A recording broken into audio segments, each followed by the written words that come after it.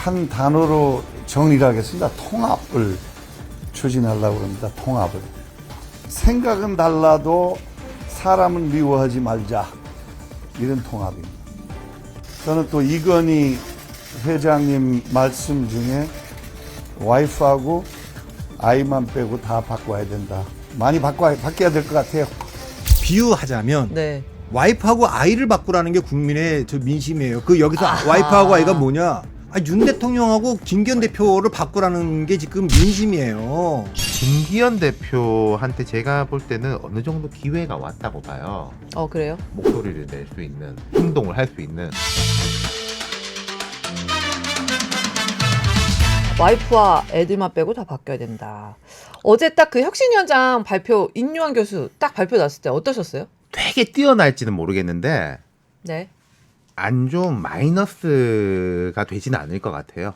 이분이 예컨대 이제 지난번 뭐 민주당 같은 경우에 이대경, 김은경 혁신위 같은 경우에는 뭐 네. 처음부터 막 꼬여가지고 네. 마이너스로 갔다면은 이분은 뭐 혁신이 대단한 것까지 하기에는 뭐 개인에 대한 평가를 따서 이게 정치적인 경험이랄까 이런 게 네. 많지는 않은 분이니까 그렇게까지 갈 수 있겠냐 싶은데 뭐 이미지라든지 이런 면에서는 뭐 평타 이상은 갈 것 평타 같은. 이상이다. 근데 저는 뭐 장고 끝에 악수를 뒀다 이런 느낌을 악수예요? 그러니까 인요한 개인을 떠나서 네. 근데 그분이 이제 지금 굉장히 복잡한 상황이거든 총선 앞두고 그래서 그걸 헤쳐나갈 수 있을까 할 때 조금 저는 걱정이 좀 됩니다. 그래서 지금 이분이 지금 첫 번째로 강조한 것도 통합이라고 얘기를 했어요. 네. 지금 국민의힘이나 윤석열 대통령한테 요구하고 이번에 강서구청장 선거가 요구하는 건 뭐냐면 변화예요, 변화. 네. 그러니까 대통령 변화라는 거예요. 그렇게 하지 말라는 1년 6개월 했던 것처럼 하면은 총선 우리 안 찍을 거다. 이 경고고 김기현 대표 체제 이대로 우리 안 찍는다는 거예요. 네. 그러면 이번에 내놔야 될 답은 뭐냐면 질문이 그거니까 변화에 대한 답이 나와야 되는 거예요. 혁신에 대한 답이 나와야 되는 거예요.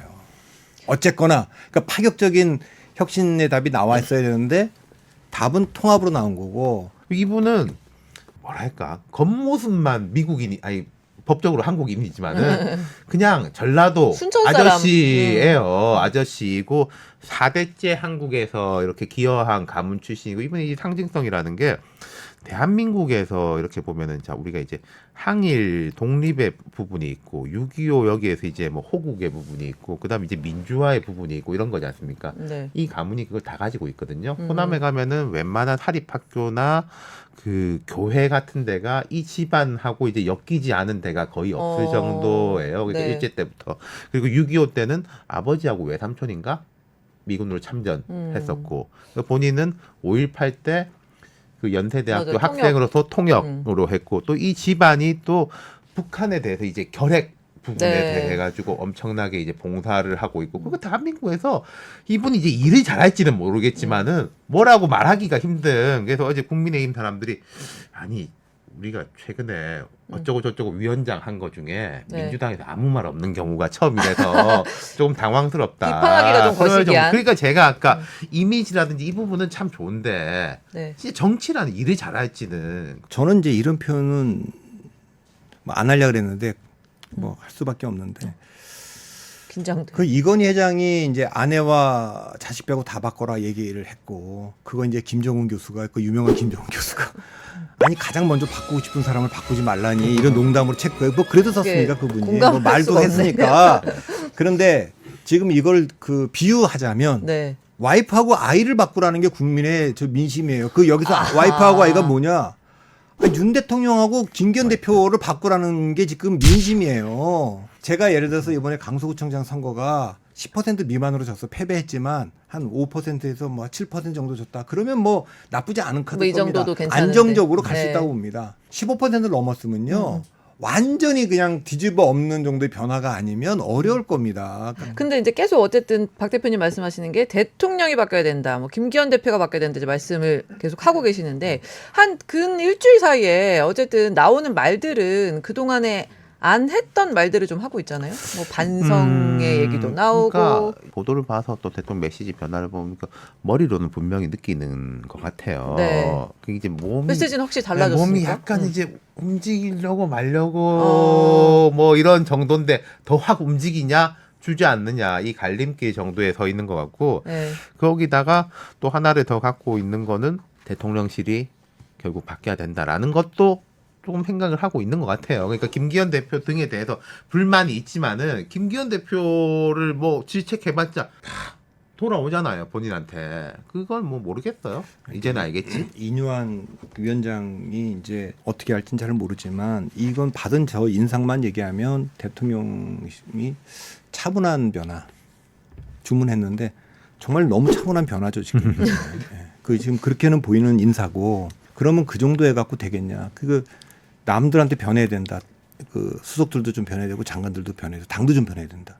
국민들이 원하는 건 대통령이 변해야 된다는 얘기입니다. 핵심은 대통령이 변해야 된다는 거고 그 대통령이 만든 김기현 대표 체제는 총체 칠 수 없다라는 거예요. 그 대통령이 안 바뀌고 김기현 대표 그대로 두는 채로 혁신위를 띄우든 조기 선대위를 띄우든 공천심사위를 띄우든 뭘 해도 안 된다.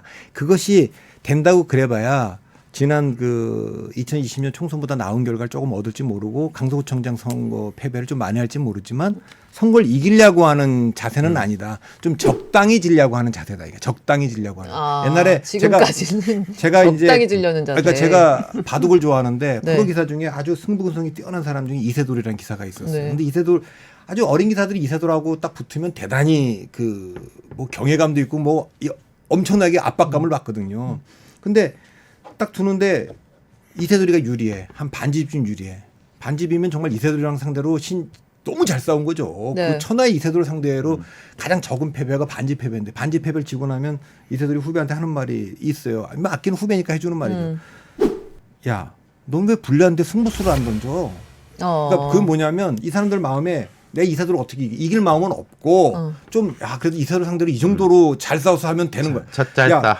야 승부사가 그런 게 어딨어. 네가 반집이든 대마가 다 죽어서 지더라도 불리했으면 승부수를 던졌어야지. 그러니까 무난히 지는 길로 간 거예요.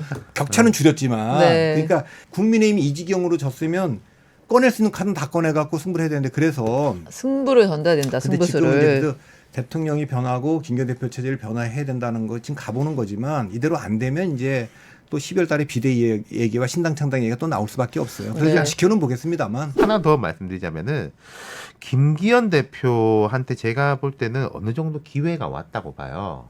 그래요? 목소리를 낼 수 있는 행동을 할 수 있는. 예컨대 예전 마지막 같으면은 기회인가? 이제 용산 눈치 때문에 뭘 못했을 건데 아니 이번 이 결과 보시지 않았냐. 안 하면 같이 죽는 거다. 네네. 거기다가 대통령실에서 얼마 전에 사고 났잖아요. 의전 비서관. 그런 것도 당에서는 제가 생각할 때 오히려 운신의 폭을 넓혀줄 수 있는 직원을 할 수 포인트일 있는 거예요. 기회를 그렇죠. 얻었다.